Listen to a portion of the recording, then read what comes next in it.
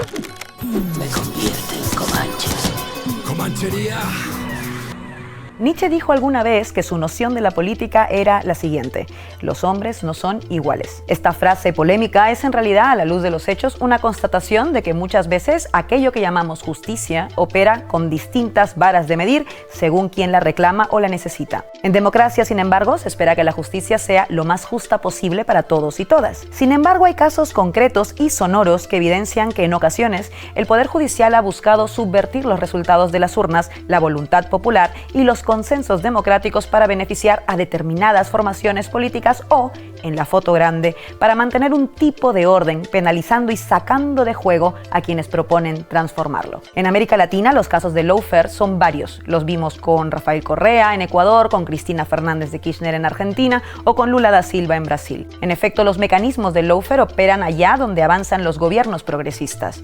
En España tenemos también muchos ejemplos, ya sea el papel político que desarrolló la Judicatura contra los líderes catalanes en el contexto del Procés o contra los líderes de Podemos, formación política de izquierdas, que denunció las limitaciones del régimen del 78 y propuso cambiarlo. Con una articulación entre jueces, poder político y medios de comunicación, tenemos una arquitectura fuerte que logra su propósito: neutralizar a un adversario político. ¿Podemos hablar de democracia con un mecanismo que se implementa desde los centros de poder para frenar el peso de las urnas?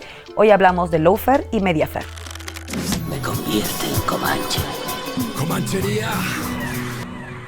Buenas tardes, Comanches, ¿cómo están? Hoy vamos a hablar de los mecanismos del poder que conocemos como lawfare e incluso una palabra de la que ya se habla mucho que es mediafare y que tiene muchísimo que ver con este mecanismo desde los centros de poder. Para ello tenemos una mesa en la que contamos con voces que nos pueden ayudar a reflexionar a fondo sobre este tema. Tenemos a Pablo Iglesias, director de Canal Red, gracias por venir, a José Antonio Martín Pallín, jurista español, a Ernesto Ekaizer, periodista y escritor argentino, además autor del libro Operación Jaque Mate, cómo acabaron con el fiscal del caso Villarejo, muy interesante, y por videoconferencia nos acompaña también la jueza Garbiñe Biurrun.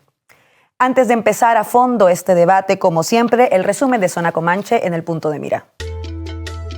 El lawfare, o la guerra jurídica, es la utilización de una combinación de mecanismos legales, económicos y mediáticos por parte del poder para neutralizar o destruir, a ojos de la opinión pública, a un adversario político con vocación transformadora. El caso más paradigmático es el de la operación Lava Jato, que inhabilitó a Lula da Silva y le llevó a pasar más de 500 días en la cárcel. Pero hay muchos más. El proceso de impeachment contra Dilma Rousseff, la persecución de Rafael Correa en Ecuador, que le forzó al exilio, la guerra periodística del Grupo Clarín contra Cristina Fernández Kirchner o el golpe institucional contra Pedro Castillo en Perú. En España fue Jorge Fernández Díaz, a través de la conocida como Policía Patriótica de Villarejo y de sus operadores mediáticos, el que orquestó una operación para neutralizar a Podemos y los partidos independentistas. Hoy, en Zona Comanche, hablamos del lawfare en España y América Latina. Empezamos con la primera intervención de cada uno de nuestros invitados de 1 minuto y abro fuego con la siguiente pregunta. Mucho hemos dicho en los últimos años ya que los golpes de Estado de estas épocas no se hacían ya con tanques, sino con otros mecanismos. Ahora que hablamos del lawfare, ¿podemos decir que este es uno de esos mecanismos desde los centros de poder? Pablo. Yo diría que sí. O sea, un golpe de Estado en realidad es sustituir una constitución formal por una constitución material. Sustituir una apariencia de poder por el poder que en cambio sí es real. Eso puede requerir de una dimensión militar, es decir, si nosotros tenemos el poder militar, ¿por qué no tener el resto de poderes? O incluso puede hacerse a través de mecanismos aparentemente menos cruentos. El derecho es, al fin y al cabo, la voluntad racionalizada de los vencedores o, en el mejor de los casos, la expresión normativa de una correlación de fuerzas. Si tienes operadores jurídicos, y no digamos operadores mediáticos, que están dispuestos a hacer valer su poder, claro que eso puede ser perfectamente eficaz como golpe de Estado sin necesidad de utilizar los tanques. José Antonio. Yo he escrito un libro que se llama La guerra de los jueces y he estudiado sus orígenes. En mi opinión, esta estrategia nace a partir del juicio a la Junta Militar Argentina. Los Estados Unidos, que utilizaban siempre al ejército y a militares para dar golpes de Estado, se dieron cuenta de que ante el juicio la opinión pública mundial apoyaba al tribunal y a Estrasera. y que había que cambiar de paradigma. Ya no se podía seguir cambiando gobiernos a base de tanques o de intervenciones militares. Y de ahí nace un estudio cuyo laboratorio inicial es el caso de Lula y Dilma Rousseff, y después ha pasado por todas esas personas que has citado. Yo distinguiría en lo que sería la guerra judicial de alto nivel, que como acaba de decir Pablo termina en un golpe de Estado, llamémosle como llamémosle, y hay otra guerra judicial de más bajo nivel que se dedica a desprestigiar, a atacar y a debilitar a políticos, con el objeto de apartarlos de la vida política. No se trata de sustituir el régimen de la Constitución, sino de apartarlos de la vida política. Ernesto. A mí no me gusta hacer generalizaciones y si queremos analizar lo que es el golpe de Estado permanente, lo tenemos en España a partir del gobierno de coalición PSOE Unidas Podemos. Y digo para que nuestros espectadores tampoco tengan que racionalizar en términos internacionales. Lo que hay ahí a partir de la formación del gobierno es una táctica de estado de golpe permanente. La derecha en este país, el PP y Vox, sostienen internamente de que este gobierno no va a durar, que la pandemia además, cuando se produce la pandemia, va a acabar con este gobierno, y toda la táctica es una táctica destructiva del gobierno. Ahí lo que tenemos es la utilización de lo que yo llamo el Estado judicial español, controlado por la derecha, y básicamente el Tribunal Constitucional, para impulsar todas aquellas políticas a los efectos de hacer caer al gobierno. El caso más significativo es la ley de inconstitucionalidad de estado de alarma, que uno de los propios magistrados de la derecha, el más derechista de todos, y que había sido durante largos años diputado en el Congreso y presidente de la Comisión de Justicia del Congreso, llama una majadería. Se desmarca un magistrado de la derecha porque cree que es demasiado burdo. Garbiñe, tu minuto. Bien, pues lawfare o mediafer, o lo que se ha venido también en llamar el golpe blando, yo creo que es, por supuesto, la peor utilización de la justicia y de otras instituciones, como puede ser la policía, el Ministerio del Interior, para perseguir ideas sin seguir, digamos, la manera tradicional de oponerse, de combatir ideas, de debatirlas, que es ese debate, esa confrontación directa de idea contra idea, ¿no? Esta, al final, es lo que saben, la judicialización de la política, que a veces son directamente las ideas, y en los últimos tiempos, como ahora comentaba Kaiser, pues la judicialización de las ideas a través de la persecución judicial y policial también de las personas o de algunas personas. Esto, en mi opinión, lleva ya un cierto tiempo más que el que comentaba Kaiser en España. Y o sea, yo lo he visto con Ibarretxe, lo he visto con Cataluña. La cuestión es cómo atajar esto, cómo evitarlo y cómo evitar que cale en la ciudadanía toda esta intoxicación judicial y mediática. Es interesante porque han salido muchas cosas en la mesa, pero quería poner una como un poco de fondo, que podría dar la impresión de que como es contra adversarios, ¿no?, podría ser contra cualquiera. Que el lawfare podría ser contra cualquiera y que lo podría ejercer cualquiera. Y sin embargo vemos que por la historia de los casos que hemos conocido el lawfare tanto en España como en América Latina, no es contra cualquiera. En el caso de América Latina, por ejemplo, se relacionaba mucho con los primeros pasos del ciclo progresista.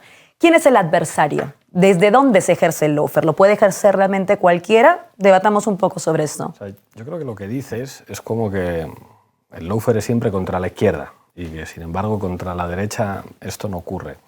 Esto es un poco verdad, pero a mí me da mucho miedo el plantear como que lo que hay que hacer es creerse el liberalismo y que el problema de la derecha es que no se lo cree.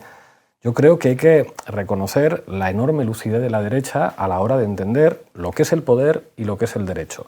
Y una cierta ingenuidad de la izquierda que parece que se convierte abiertamente en liberal y entiende que la ideología de los jueces es algo que no es tan determinante, que efectivamente los que manden en el órgano de gobierno de los jueces tienen que ser elegidos por asociaciones y no por representantes de la soberanía popular, y que incluso te encuentras a gente de izquierdas que te dicen, hombre, pero ¿cómo va a ser el gobierno un terreno de combate? ¿Cómo va a ser la judicatura un terreno de combate ideológico? ¿Cómo va a ser el ejército un terreno de combate ideológico o la policía? Es como si, digamos, la izquierda se hubiera quedado ella sola en una suerte de de liberalismo utópico sin entender que el Estado de Derecho es el resultado de una correlación de fuerzas, no una suerte de acuerdo en el que de repente la derecha se hace democrática. La derecha nunca se hace democrática. Otra cosa es que la derecha acepte que las reglas de la democracia son ineludibles. Y de hecho, una cosa que ocurre con la derecha es que la democracia le gusta en función de los resultados. Cada vez que históricamente los resultados de la democracia han afectado los intereses que defiende la derecha empieza a poner a funcionar una serie de argumentarios para decir hay que intervenir. Ocurrió en el golpe de Estado de Chile, ocurrió en la Argentina, ocurrió en España hace 80 años, vuelve a ocurrir ahora. Un gobierno que pacta con terroristas, que pacta con independentistas, que pacta con comunistas, que pone en juego la unidad de España, es un gobierno ilegítimo que debe ser destruido con votos o sin votos. Y yo creo que o a eso se le opone una izquierda que entienda que hay que disputar el terreno ideológico en todos los ámbitos, en los medios de comunicación también. La Iglesia Católica tiene su estación de radio y su estación de televisión. Las grandes empresas son dueñas de medios de comunicación y, sin embargo, te encuentras periodistas supuestamente progresistas que te dicen no, yo es que soy independiente, es que el dueño de mi medio a mí no me dice lo que tengo que escribir. Pero ¿tú te crees que los demás somos imbéciles? Si no te dice lo que tienes que escribir es porque tú estás escribiendo una cosa que le gusta. Pruebe a alguien de La Vanguardia a escribir contra el conde de Godó. Que escriba mi amigo Enrique Juliana un artículo cagándose en el conde de Godó, que ya te digo yo lo que va a durar el director adjunto en La Vanguardia. O sea, creo que hay que aprovechar que la derecha a veces habla tan claro para hablar claro.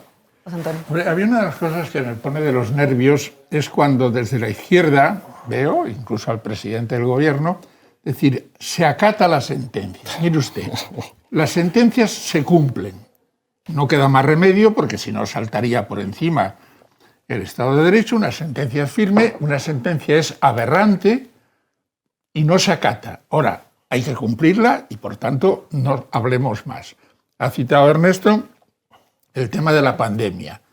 Por cierto, tuvo una oportunidad de oro el otro día en el debate para comparar la postura de Portugal, de la oposición, cuando dijo su problema es nuestro problema, con la postura del PP y de Vox, que llevaron 200 denuncias y 47 querellas al Tribunal Supremo contra el presidente del gobierno, todo el gobierno en pleno, Fernando Simón y todos los que estaban alrededor de eso.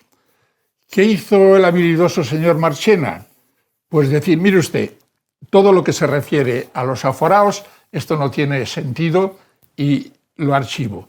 Pero hay causas abiertas contra otros señores que no están aforados y que cada juzgado siga su senda. No sé cómo están por ahí porque no se sabe cómo manejar esto de la pandemia. Y después, y con esto termino, la aberración del Tribunal Constitucional, que si hubiese carné por puntos había que quitarle todos los puntos, de considerar que lo adecuado era el estado de excepción. Pero oiga, alma mía, pero el estado de excepción autoriza poner puestos militares nocturnos para que se cumpla el estado de... Y no se hubieran podido celebrar las elecciones de Galicia y del País Vasco. Censura de prensa, entrada en los domicilios sin autorización judicial. ¿Qué pasa? ¿Que el COVID-19 iba a salir huyendo ante el estado de excepción? Eso lo cuentas en un país, vamos, más allá de los Pirineos, y la gente se queda a cuadros. Pero como estos bestias, que no tienen otro nombre jurídicamente... No, se los puso majaderos, les llamó uno de los propios. Sí, pero yo digo bestias. O sea, son capaces de decir que lo que procedía era el estado de excepción. Ha dicho una cosa que me parece interesante antes de darle paso a Ernesto, que tiene que ver con ese temor a la frase vamos a acatar la sentencia. Quiero que escuchemos unas declaraciones de Lula da Silva hechas justo el día anterior a que entrara en prisión. Dera a primazia de criar quase que clima de guerra, negando a política nesse país. E eu digo todo dia, nenhum deles tem coragem ou dorme com a consciência tranquila da honestidade e da inocência que eu durmo. Nenhum deles. Eu não estou acima da justiça. Se eu não acreditasse na justiça, eu não tinha feito um partido político. Eu tinha proposto uma revolução nesse país. Mas eu acredito na justiça. Numa justiça justa. Numa justiça que vota um processo baseado nos autos do processo. Baseado nas informações das acusações, das defesas, na prova concreta que tem a arma do crime. No estoy por encima de la justicia, pero creo en una justicia justa. ¿Cómo entendemos eso cuando vemos el papel de algunos jueces? Bueno, yo no diría algunos jueces. Insisto en mi teoría del Estado judicial, que la he tomado prestado de un jurista alemán importante que la ha desarrollado en relación al Tribunal Constitucional alemán, que incluso ha querido paralizar la financiación del euro y que se ha encontrado con dificultades el Tribunal Constitucional alemán porque no le han hecho caso.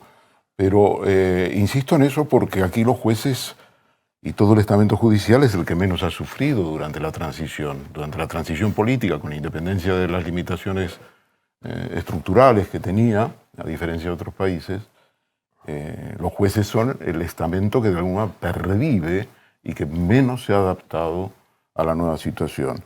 Entonces, cuando uno se pregunta si puede ser cualquiera o cuál es la naturaleza de la ofensiva, yo nunca estoy de acuerdo con la idea de la policía patriótica. Me parece estúpida la definición, porque no es patriótica. Ha ido contra el independentismo, pero también ha ido contra Bárcenas. Es decir, Bárcenas representa en el año 2011, 2012 y 2013 un peligro para el Partido Popular, porque tú tienes un tipo que ha acumulado una fortuna de 48,2 millones de euros en Suiza. Son muchas comisiones, y muchas comisiones además gestadas individualmente, ¿no? Es una historia que no se ha llegado al final de eso, de quién era ese dinero, probablemente de Bárcenas, pero no solo. Pero más allá de eso, cuando tú tienes un tipo que acumula además una cantidad de pruebas que comprometen al que va ahora a ser presidente de gobierno, que es el caso de Rajoy, a finales del 2011, a la secretaria general del Partido Popular, que es María Dolores de Cospedal, tienes un serio problema, porque pueden hacer caer el gobierno. Entonces, contra él se monta un operativo de 55 policías, con gente de las más altas instancias de la policía dirigida desde arriba. No son las cloacas, como se suele decir. Las cloacas Es el ministro. es el Ministerio del Interior, y la policía patriótica no es una policía patriótica, porque va contra el independentismo, va contra Bárcenas cuando es necesario, va contra Unidas Podemos. Es una policía pepera. Es la transformación cualitativa en España de la policía en un instrumento de un partido político. Y me diréis, no, pero eso ya ocurría. No, no. En mi libro, Operación Jaque Mate, yo demuestro de que las relaciones de poder de Villarejo con el PP son especiales. Él es un agente del PP, no es un agente de inteligencia, porque él trabaja para asesinar la reputación de todos los adversarios del PP, internos y externos, independentistas, Unidas Podemos, Bárcenas, lo que sea. Y el problema no consiste en que es un sector descontrolado, francotirador. Lo que se ve ahí es que desde la cúpula del Ministerio del Interior, de la Dirección General de la Policía, de la Dirección de Asuntos Internos, se desarrollan esas operaciones. Por lo tanto, es un grado de descomposición del Estado, en el caso español, que es sangrante, sangrante. Y en el caso de los jueces lo vemos claramente. Jueces como Manuel García Castellón hacen de porteros del PP. Han sido traídos desde Roma a su último destino. Él estuvo 15 años.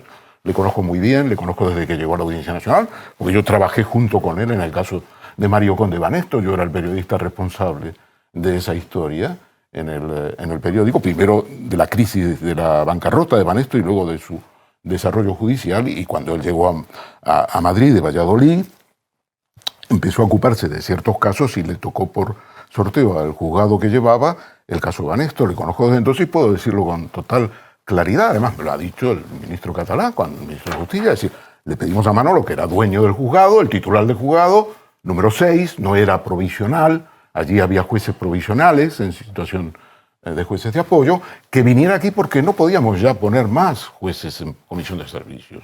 Y Manolo vino por eso, y vino en el año 17, y le tocó después distintos casos, fundamentalmente los casos que tienen que ver con el PP, porque los llevaba el juzgado 6, a cargo entonces de Eloy Velasco, que era un juez que se quería ir, y para ir le daba patadas al PP para conseguir irse a un destino mejor. Finalmente terminó en la sala de apelaciones de la Audiencia Nacional. Entonces, el problema que tenemos en España es que esos jueces, en abstracto, tienen nombre y apellido. El juez de Gea. El juez de Gea es el juez que primero está a cargo del caso Tándem y mina el caso desde dentro. Se dedica a filtrar información, habla con los periodistas encantados porque firman, y cuanto más firman, aparentemente, una tradición que no hay en otros países, que es muy propia de España, pero que no es exactamente la misma que en otros países. Pero bueno, harina de otro costal. Lo que quiero decir es lo siguiente: los jueces miran desde dentro los procedimientos y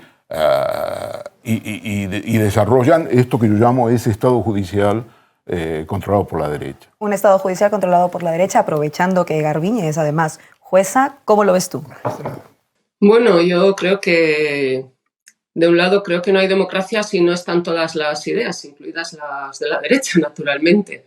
No podría pensar de otra manera. Creo que el lawfare, dejamos ahora el mediacer a un lado, el lawfare lo puede ejercer cualquiera. Hay que recordar, los casos que está comentando de Kaiser, yo no los conozco ni en un 10% de lo que él los conoce.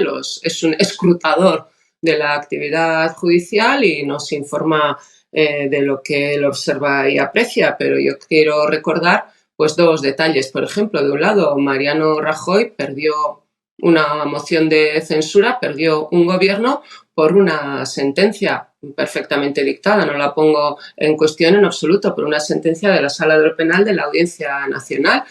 Y de otro lado, en otro sentido, pues a lo mejor en Argentina también habría que preguntar qué opina la gente del sometimiento a proceso de Cristina Fernández de Kirchner y cuáles son sus asuntos judiciales o no son. Antes lo he comentado, yo soy de las personas que llevo muchos años denunciando la judicialización de la política, mucho antes de que, digamos, tocara la izquierda estatal, ¿no? Cuando tocaba a otros sujetos, a otras ideas y en otros lugares, a referirme a la cuestión vasca, al soberanismo, a Ibarretxe y después más tarde a Cataluña. Pero bueno, yo esto lo he vivido y lo he sufrido como ciudadana y lo he denunciado desde luego. Y vuelvo a la pregunta que hacía yo antes al terminar mi minuto primero, y es: ¿qué hacemos con esto? ¿Cómo evitamos esto? ¿Hay vías o no las hay para evitar el lawfare, para evitar el mal uso, la utilización absolutamente espuria de las instituciones policiales y judiciales sin socavar, sin atentar a principios constitucionales democráticos? Pues yo creo que eso sería la cuestión. Y añado otra cosa en relación con el lawfare, pero también con el mediafer. Estamos hablando de ataques continuados de la derecha a la izquierda. Yo creo que quizá no es al 100% así, pero bueno, en cualquier caso tampoco lo puedo aceptar para el debate, no tengo mayor problema. Pero quiero recordar también que en ocasiones la izquierda compra este argumento perfectamente y es capaz de aceptar cualquier intoxicación de los mediafer o cualquier... En fin, me voy a referir a un caso concreto que para mí ha sido también doloroso, que ha sido, por ejemplo, lo que ha ocurrido con Irene Montero, ¿no? Una parte de la izquierda, importante de la izquierda, ha comprado una intoxicación propia y ajena contra la ministra de Igualdad, que probablemente podía haber explicado las cosas mejor de lo que lo hizo, no lo voy a poner en cuestión, pero sin embargo han tenido los efectos perfectos, los efectos que quizás la derecha no habría conseguido nunca directamente si la izquierda no hubiese comprado esos argumentos. Por lo tanto, creo que el foco tiene que abrirse bastante, ¿no?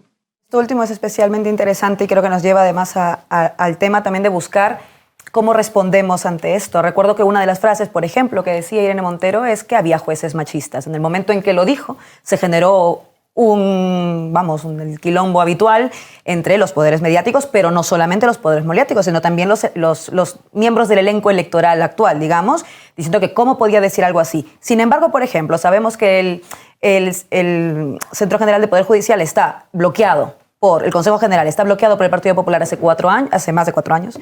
Sin embargo, de esto se habla, pero nunca se llega a una resolución, se les permite mantenerlo. Me pregunto si otra institución, por ejemplo, el legislativo, estuviera bloqueado esa cantidad de tiempo, tampoco diríamos nada. Y entonces, ¿cómo hacemos para que se democratice esa judicatura de la que hablamos que está haciendo lo que está haciendo. Se dice muchas veces como el PP controla el Consejo General del Poder Judicial, el PP controla determinados medios. En realidad no es verdad. La gente más inteligente de la derecha son jueces, son millonarios o son periodistas. Los que ocupan cargos públicos y están en los partidos no son ni mucho menos los más poderosos y los más inteligentes.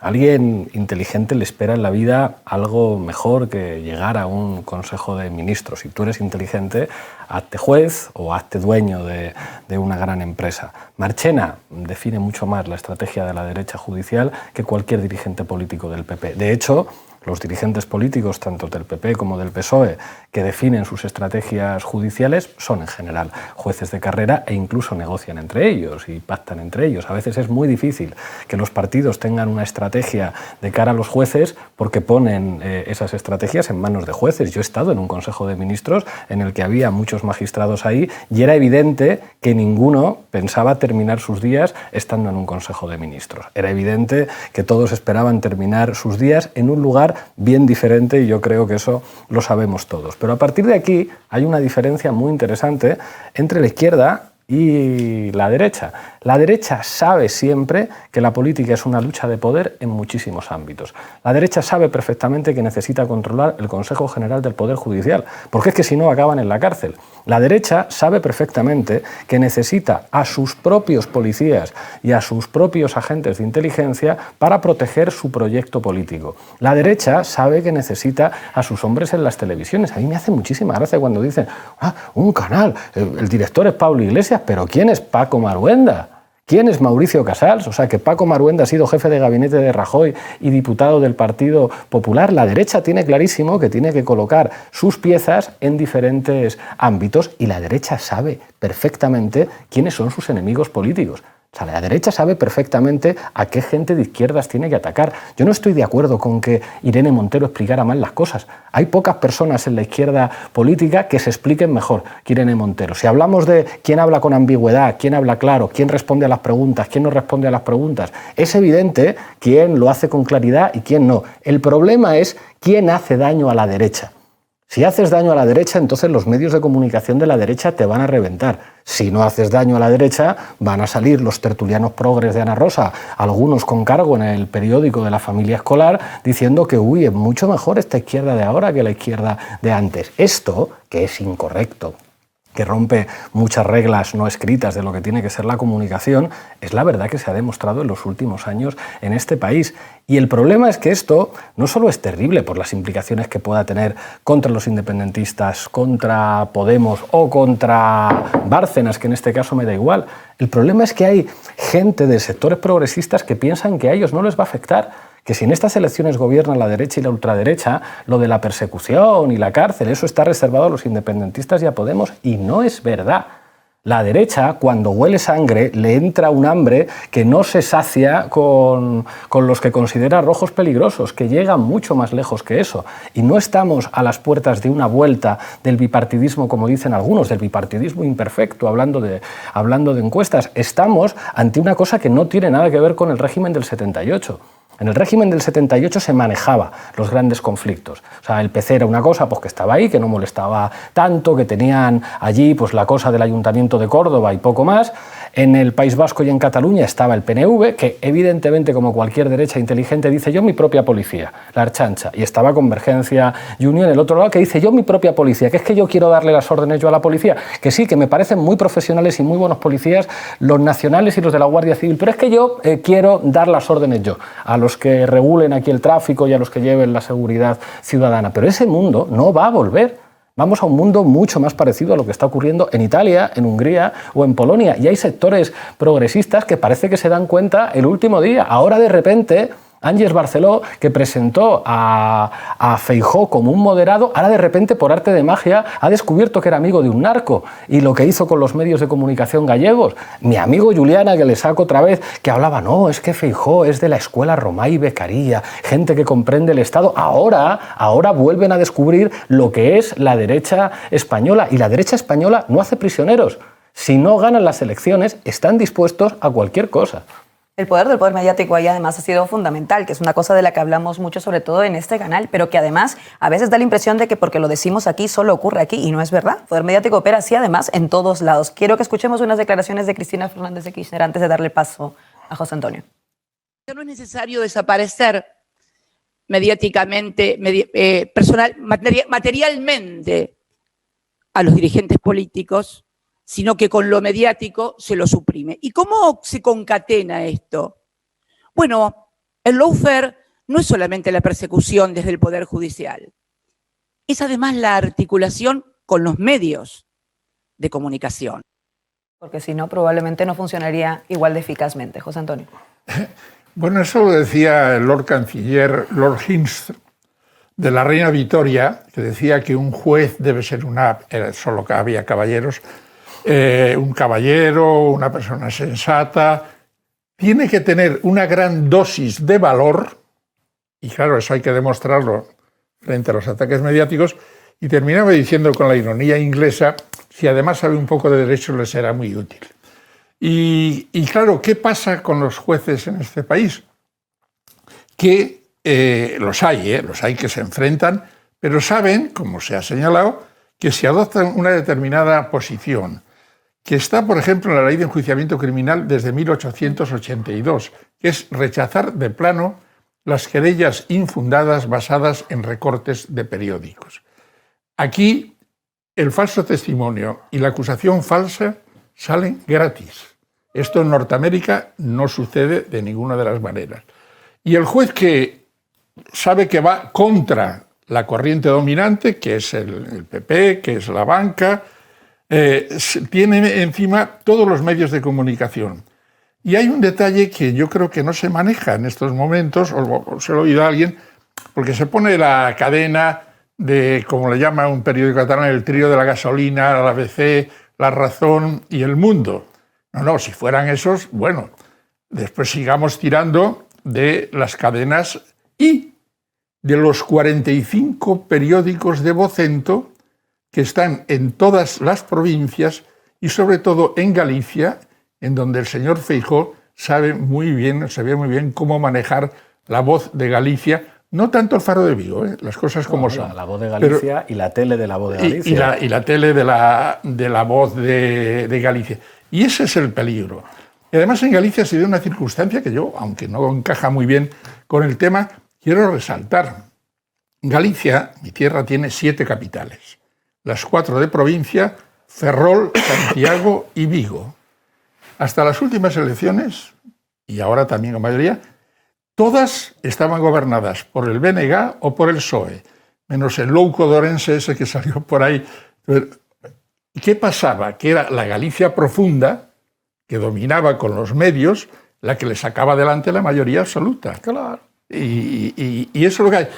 Un juez tiene que tener mucho valor porque sabe que si enfila a una determinada línea política dominante o económicamente dominante, se le puede caer encima de todo, incluso pues, complicarle la vida familiar y cualquier perspectiva, ya no digo nada, de promocionarse dentro de la carrera judicial.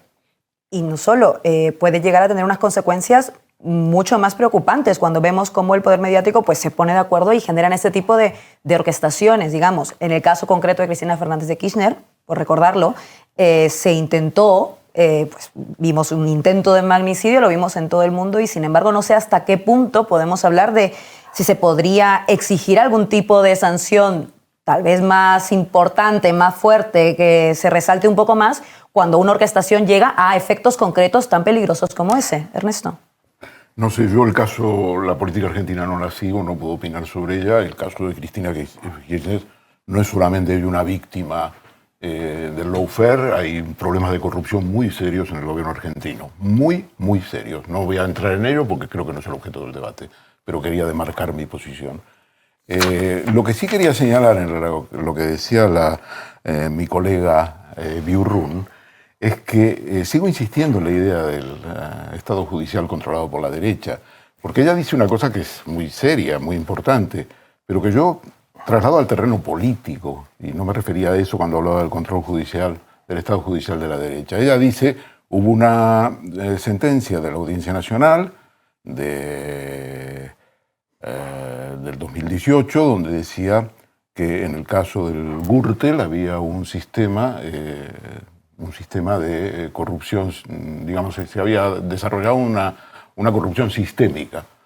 Y esa sentencia dio lugar a que Pedro Sánchez presentara una moción de censura y que fuera la primera moción de censura que lograba su objetivo. Y eso es verdad, eso es verdad.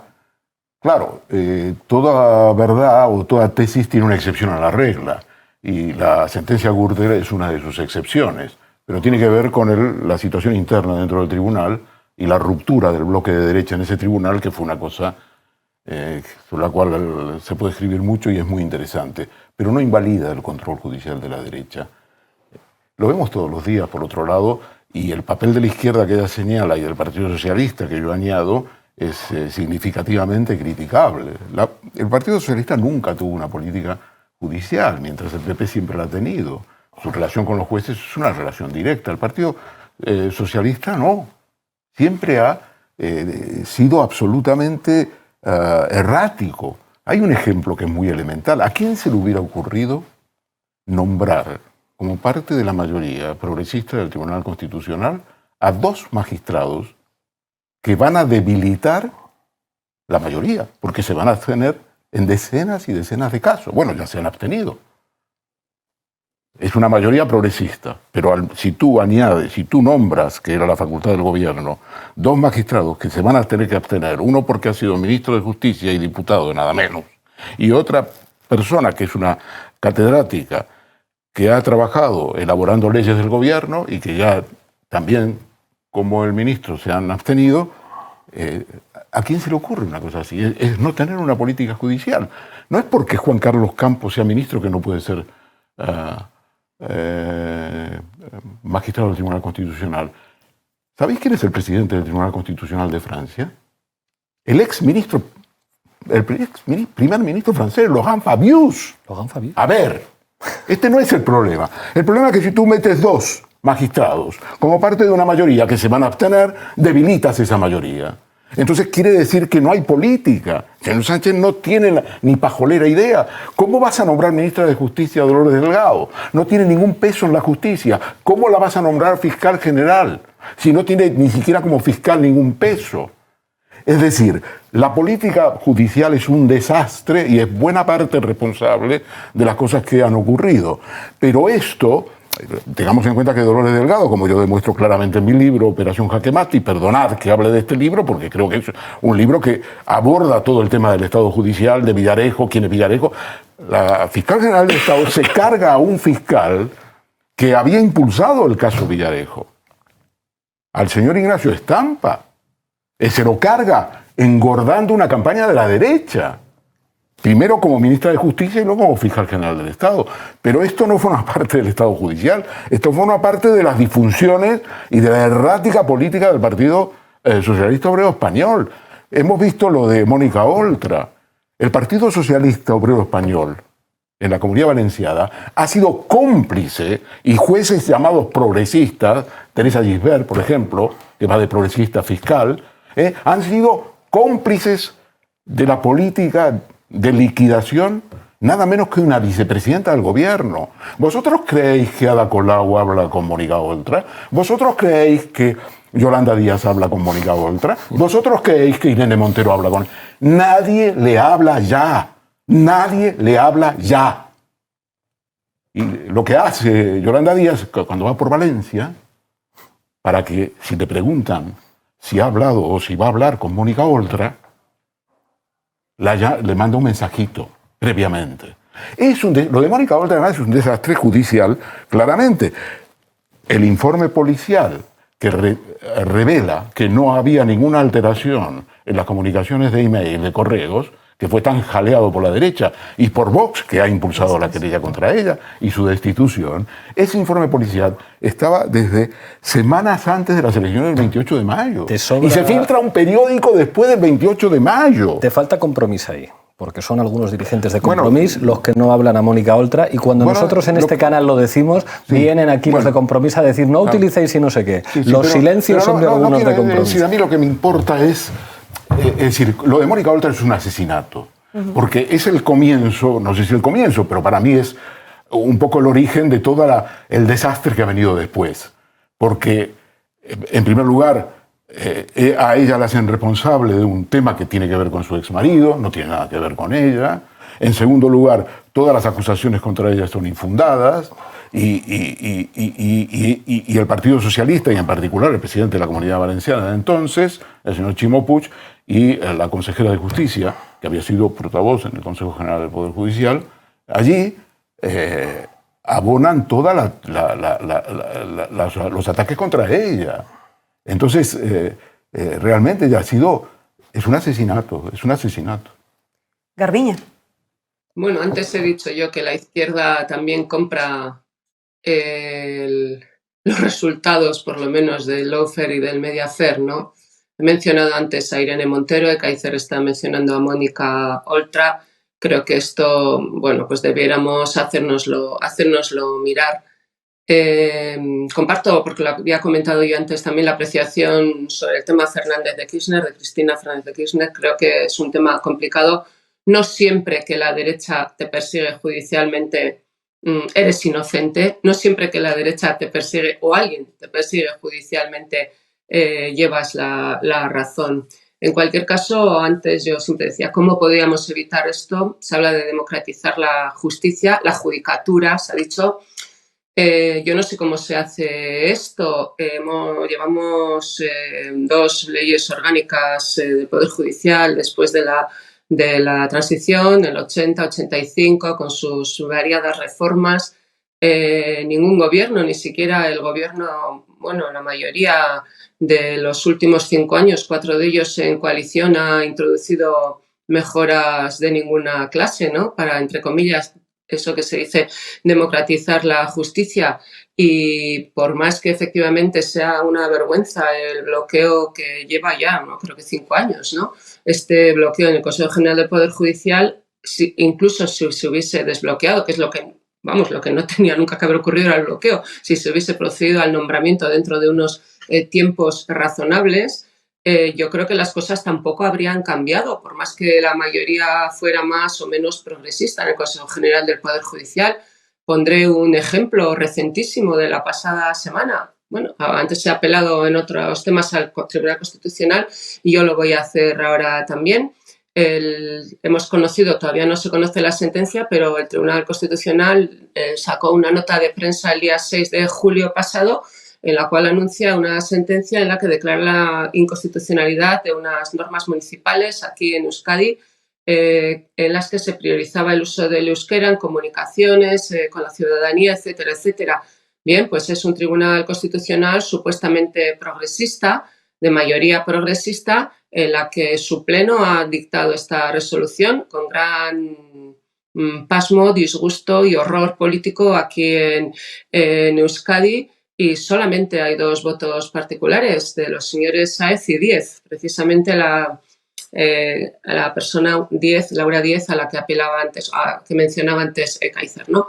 Una de ellas. Esto es lo que da, entre comillas, la progresía, el progresismo del país en ocasiones. Y yo por eso digo que, en fin, no sé cómo se puede hacer esto de democratizar la justicia, más aún de insistir en que cualquier persona pueda tener acceso, facilitar el acceso por muchas vías, por el tema económico, desde luego, pero también por la manera de filtrar ese acceso, las oposiciones, cómo tienen que ser, etcétera, etcétera, y darnos margen y darnos tiempo.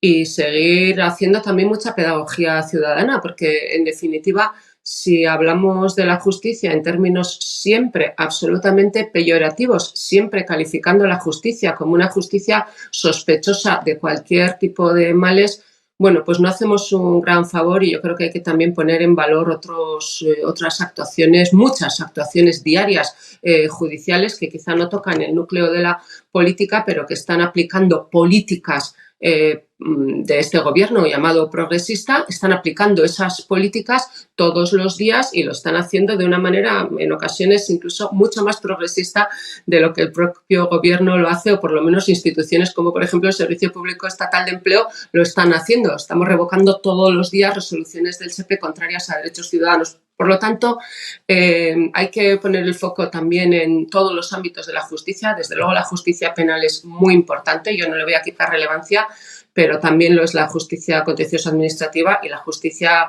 social, laboral, en la que yo me muevo, por ejemplo.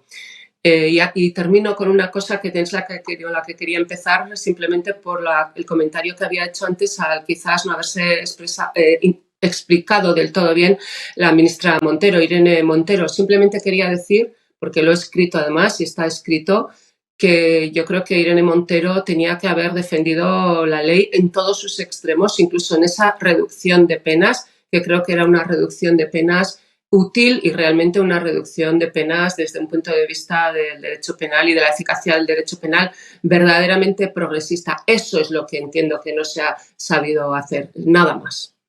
Algo interesante con todo lo que estamos hablando y cogiendo lo que ha mencionado Garbiñe tiene que ver con que a lo mejor si se habla poco de esto y no se hace pedagogía, en efecto no tenemos idea tampoco de dónde empezar a resolverlo. Hemos hablado del caso de Mónica Oltra, pero quiero traer a la memoria un caso que además viví muy de cerca porque yo ya estaba aquí, que es el caso de Victoria Rosell, donde también con ninguna prueba y con muchísimas portadas en el mundo, además particularmente las recuerdo, pero con toda una operación, un contubernio mediático, judicial, también se la sacó de carrera. Y quiero que recordemos, porque siento que esto que vamos a oír ahora resume un poco ese caso y nos permite profundizar también pues, en esta pedagogía que siento que hay que hacer.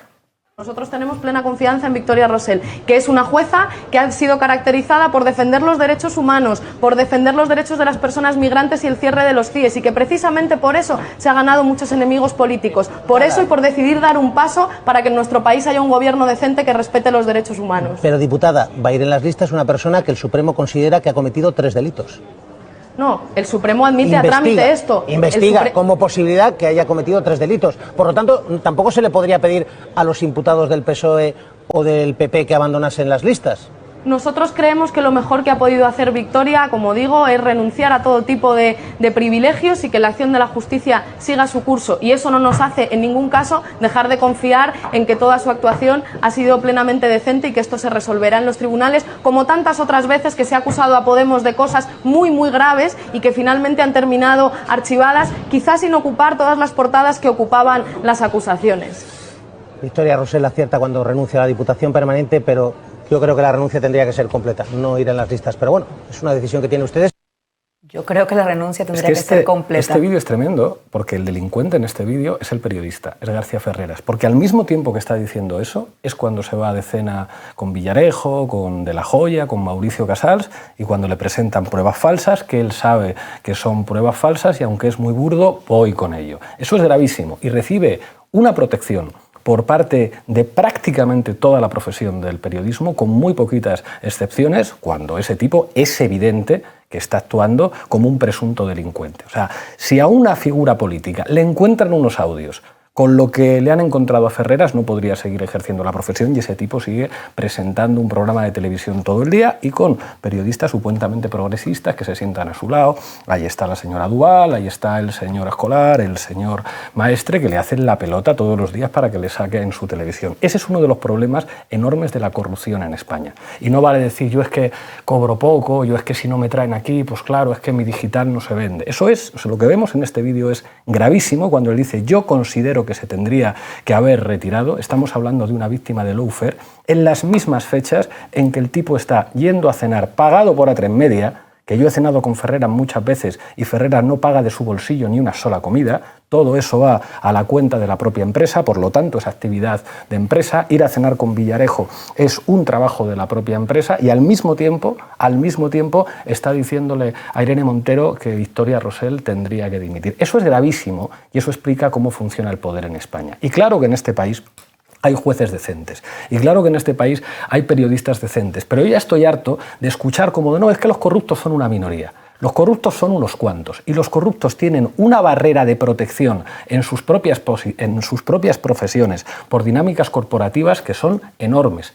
No hay muchos jueces en este país que se atrevan a decir en público que Manolo García Castellón podría ser un prevaricador. Hay uno ahí, un magistrado emérito del Tribunal Supremo, pero no hay muchos más que se atrevan a decir eso públicamente. No hay periodistas en España apenas que se atrevan a decir de Ferreras lo que es y de los que colaboran con Ferreras. Y eso es una de las claves para entender cómo funciona el poder en este país.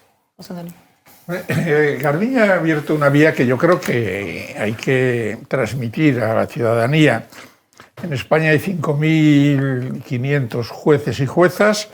Los ciudades de la justicia, que esto nadie se ha dado cuenta. Aquí hemos sido siempre Palacio de Justicia.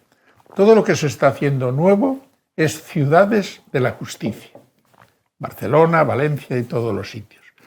Y esos jueces a las 9 de la mañana abren sus oficinas y hay millones de causas que no tienen repercusión política, incuestionablemente, y que se resuelven pues, de una manera pues, que yo creo que está dentro de los cánones de lo que puede ser la normalidad del Estado de Derecho. Pero al margen de eso, pues hay jueces que adquieren un protagonismo.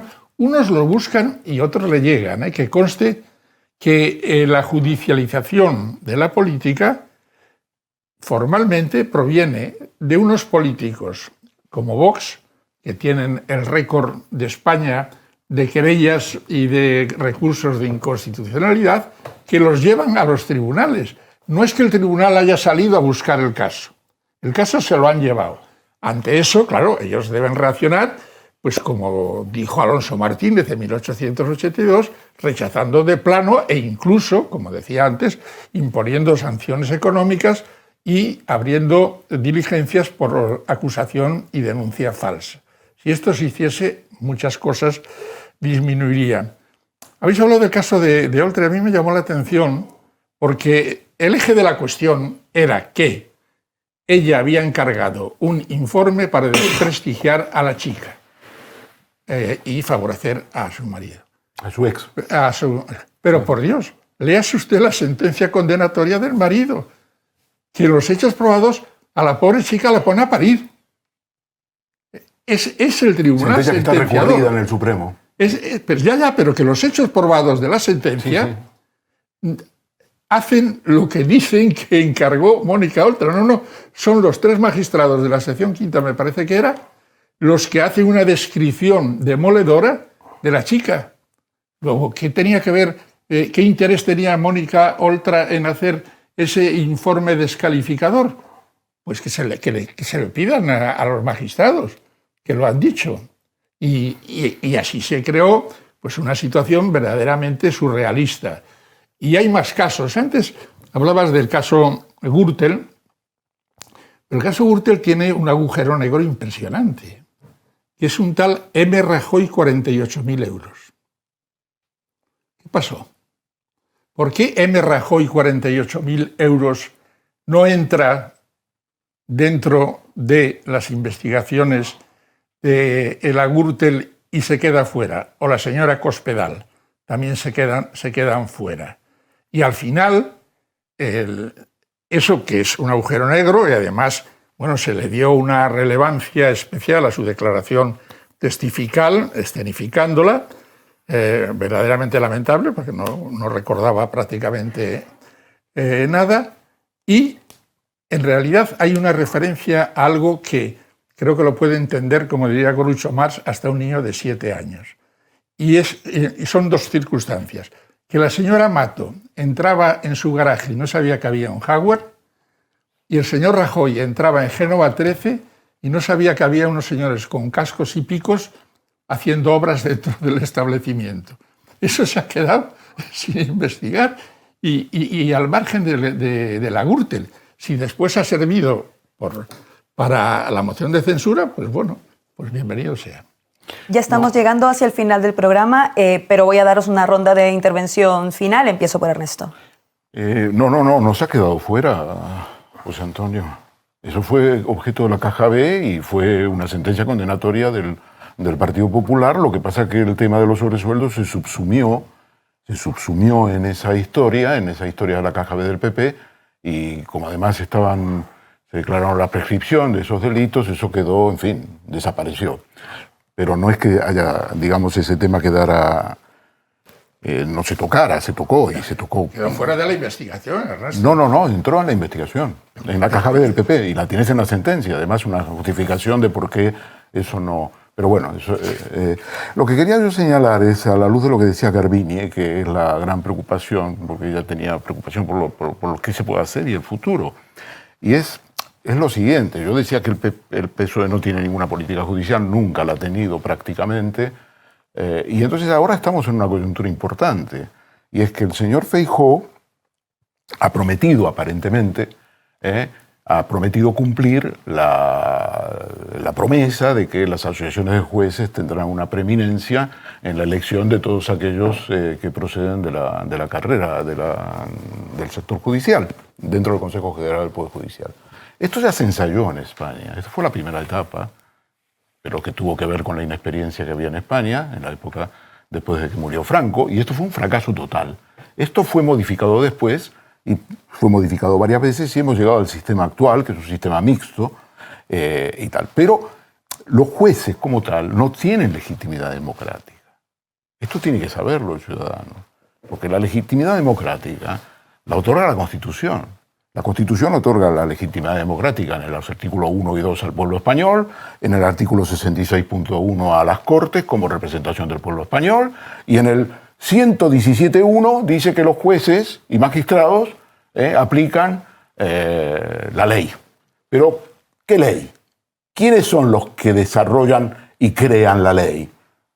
Las Cortes como depositarios del pueblo español. Por lo tanto, los jueces no tienen legitimidad democrática y no pueden elegir ellos. El sistema actual, además, no quiere decir de que no elijan. Las asociaciones de jueces proponen al Congreso, a las Cortes, la designación de los jueces. Y son estos los que lo aprueban en el Congreso y en el Senado. Es decir, que es mentira que las asociaciones de jueces no participen. Claro que participan. Pero es importante esto porque lo que viene, si efectivamente Feijóo, que mi información es que ya está encargando escenarios muy importantes en cuanto a la Fiscalía General del Estado, con candidatos posibles, y ya está trabajando en eso, y tiene gente que trabaje, y debemos, digamos, aunque yo no crea que que el bloqueo del Consejo General del Poder Judicial tenga que ver con el cambio del sistema de elección, con lo que ellos dicen que hay que cambiar el sistema de elección, esto es una falacia. Y explico por qué es una falacia en dos palabras. En el año 2018, el PSOE, es decir, el señor Sánchez y el señor Casado se pusieron de acuerdo en el nombramiento de Manuel Marchena, presidente de la Sala Segunda del Supremo, como presidente del Tribunal Supremo y del Consejo General del Poder Judicial. Para Casado no había ningún problema de elección. Él no puso el acento en el problema de elección. Se pusieron de acuerdo en el nombre y esta es la esencia. Y toda la milonga del cambio del sistema de elección fue a posteriori utilizada como pretexto. Entonces, lo que tenemos que tener en cuenta es que lo que viene es una situación muy compleja. Si realmente ellos van a aumentar el peso político y el arbitraje de los jueces en este país, dándoles a las asociaciones de jueces un papel que desde el punto de vista democrático carecen de legitimidad, la cosa va mucho a peor. Tengamos en cuenta que, decía la señora Biurrun, que no se había hecho nada en el Consejo General del Poder Judicial, desde el gobierno y tal. Pues tendré que decir que el gobierno de coalición hizo una cosa muy importante. Consideró que estaba caducado, el mandato. Fijaos qué elemental, me diréis, bueno, eso es... Sí, pero es que hace 2 años que no pueden nombrar. El señor me pasa la historia judicial de este país por ser el que más jueces ha nombrado en los tribunales superiores de justicia, los 17 tribunales superiores de justicia. Porque él empezó en el 2013 y se acaba de ir hace 1 año. Y esa mayoría es la que ha impuesto a los jueces de este país. Y ahora va a haber que volver a nombrar. Y si lo que prepara Feijóo es una nueva ronda de nombramientos en ese sentido, la que viene es muy, muy, muy difícil. Vamos ahora sí de regreso a la ronda de 1 minuto para que podamos cerrar esta conversación larga con vuestras conclusiones. Pablo. Yo creo que hemos apuntado sobre todo un elemento que ahora mismo es incuestionable, y es que Nadie puede decir que en España hay normalidad democrática. Yo recuerdo el escándalo que hubo en su momento al respecto y ahora creo que cada vez es más evidente que vivimos una excepcionalidad en diferentes frentes. Y además estamos a las puertas de unos escenarios electorales, postelectorales muy difíciles, o de un gobierno de coalición con el Partido Popular y Vox dentro de nada, o por el contrario, una mayoría enormemente compleja. A partir de ahí yo creo, y con esto termino, que ya no sirve, como decía Garbiñe, la noción de izquierda y derecha, de progresismo y conservadurismo para entender la fractura del futuro. Yo creo que la fractura del futuro va a ser entre monárquicos y republicanos, entendiendo que el significante monárquico es el que ordena a toda esa derecha que opera en el frente económico, mediático, judicial y político, y que el republicanismo es lo único que puede dar una salida democrática a la actual situación. Gracias, Pablo. Tu minuto, José Antonio. Respecto al tema del Poder Judicial, del Consejo, no teníamos otra alternativa. El sistema franquista era un sistema de ternas que proponía la Sala de Gobierno del Tribunal Supremo al ministro de Justicia, que lo llevaba al Consejo de Ministros presidido por Franco. Y ese sistema no podía trasplantarse. ¿Qué teníamos? Nuestra relación con los italianos nos llevó fundamentalmente al Consejo del Poder Judicial. Pero no al Consejo del Poder Judicial que ha resultado después de su larga peripecia histórica, sino a un modelo mucho más democrático. No está mal, yo que me pronuncio por el sistema italiano, pero el sistema que se ha llegado aquí de una especie de primarias entre los jueces y que después elijan, pues tampoco es algo que esté fuera de lugar. Pero eso tiene que ir seguido de que la presidenta de las Cortes y el presidente del Senado se lean el reglamento y vean que, recibida la lista de jueces, tienen que convocar un pleno. No que, recibida la lista, el señor A o el señor B se cenen, coman o merienden a los candidatos y cuando ya esté todo cocinado votamos. Eso no lo dice el reglamento. Hay que convocar y esa señora y ese señor están infringiendo sus reglamentos. ¿Tu minuto, Ernesto? Bueno, yo creo que se pueden hacer cosas. Veremos a ver el resultado de las elecciones del 23 de julio.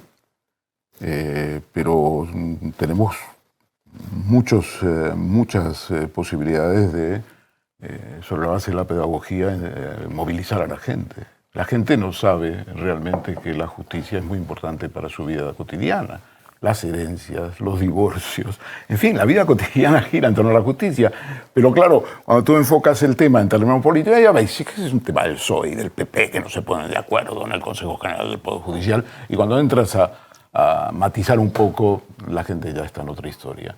Pero creo que sí, el tema de la justicia debería ser objeto de una gran pedagogía.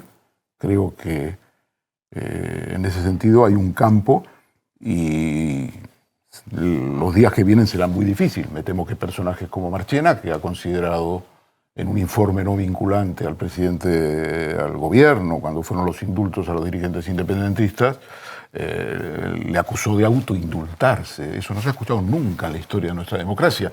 Después te preguntas por qué la gente criminaliza a Pedro Sánchez, cuando el presidente de la Sala Segunda del Supremo, que es la cúspide de nuestro derecho penal, califica a Sánchez de facto de corrupto, porque si está autoindultándose es que es una persona corrupta. Se está apoyando en Junqueras, al que ha indultado, para seguir en el gobierno. Si él puede hacer eso, ¿qué van a decir los medios? ¿Qué van a decir los otros jueces? ¿Qué van a decir las otras instituciones? Ahí está la semilla de la criminalización. Es que hubo que confrontar. Esto es indigno y, por tanto, no se puede hacer, y lo que ha hecho el juez es casi delictivo. Queda dicho. Garbiñe, voy con tu minuto, pero por alusiones puedes extenderte un poco. Sí, porque la ronda anterior no he tenido ronda, así que la voy a coger de alguna manera, si me permitís. Yo ya sabía que esto iba a acabar en el Consejo General del Poder Judicial, evidentemente, porque es un tema jugoso y es un tema, bueno, además muy complicado y muy vergonzoso en estos momentos. Yo, en fin, en el año 85, cuando se aprueba la vigente ley orgánica y se cambia el sistema de elección de los 12 vocales judiciales y se remite al Parlamento, ¿no?, como los 8 no judiciales, yo entonces era militante de Euskadiko Ezkerra, es la única militancia política formal que yo he tenido. Yo era militante y algo tuve que ver en aquella enmienda a Vandrés. Aquello se hizo desde el corazón y desde el pensamiento más puramente democrático y de legitimación, desde luego, de la justicia. El propio Juan Mari Vandrés, en fin, se arrepintió mucho y lo dijo públicamente de que aquello hubiese salido como salió y de que no se hubiesen observado las advertencias que ya hizo el Tribunal Constitucional cuando dictó la sentencia relativa, bueno, a los recursos de inconstitucionalidad que se habían planteado frente a dicha reforma. Creo que ha sido una verdadera vergüenza, un verdadero escándalo democrático y también desde el punto de vista parlamentario, cómo se han hecho las designaciones de los 12 vocales judiciales sucesivamente. Desde luego también comparto plenamente lo que acaba de decir José Antonio Martín Pallín sobre la inacción de los presidenta y presidente del Congreso y del Senado. Creo que antes decía Pablo que probablemente el gran debate y la gran esperanza es en monarquía-república. Yo desde luego también lo entiendo que es muy importante porque no solamente es la forma de gobierno, sino algo que va mucho más allá. Pero creo que algo previo sería revitalizar realmente el Parlamento. Yo creo que los grupos parlamentarios están muertos, están ausentes. Hay una absoluta debilidad del parlamentarismo en este país y a mí me da una vergüenza total. De todas maneras, vuelvo a donde empezábamos. Creo que lo que hablamos, el lawfare, el mediafer, es una mala utilización, una utilización espuria por intereses políticos, básicamente, de derribo del adversario sin confrontación de ideas, de una mala utilización, quería decir, de la justicia y de los medios de comunicación y también de instituciones como el Ministerio de Interior, policías, etcétera, etcétera. Y buena muestra de esto es también, y ahí termino, recordando a la compañera Vicky Rosell, ya se ha hecho mención a ella, pero quería terminar un poquito en alto con un cierto, bueno, si no optimismo, por lo menos realismo, para decir las cosas como son. La persecución a la que se vio sometida Vicky Rosell ha sido tremenda, pero hay que decir que el juez Salvador Alba está hoy en prisión. Creo que eso, por lo menos, nos debe reconfortar de alguna manera como ciudadanas. En política, el ruido muchas veces logra algunas victorias. Gracias por acompañarnos, a los que habéis participado en el debate y a todas las personas que nos están viendo. Y no olvidéis que para que sigamos generando estos espacios que seguramente no verán en otros medios de comunicación, deben suscribirse a canalred.tv. Nos vemos pronto. Me convierte en Comanche. Comanchería es un modo de vida, atracar bancos, joder a la policía.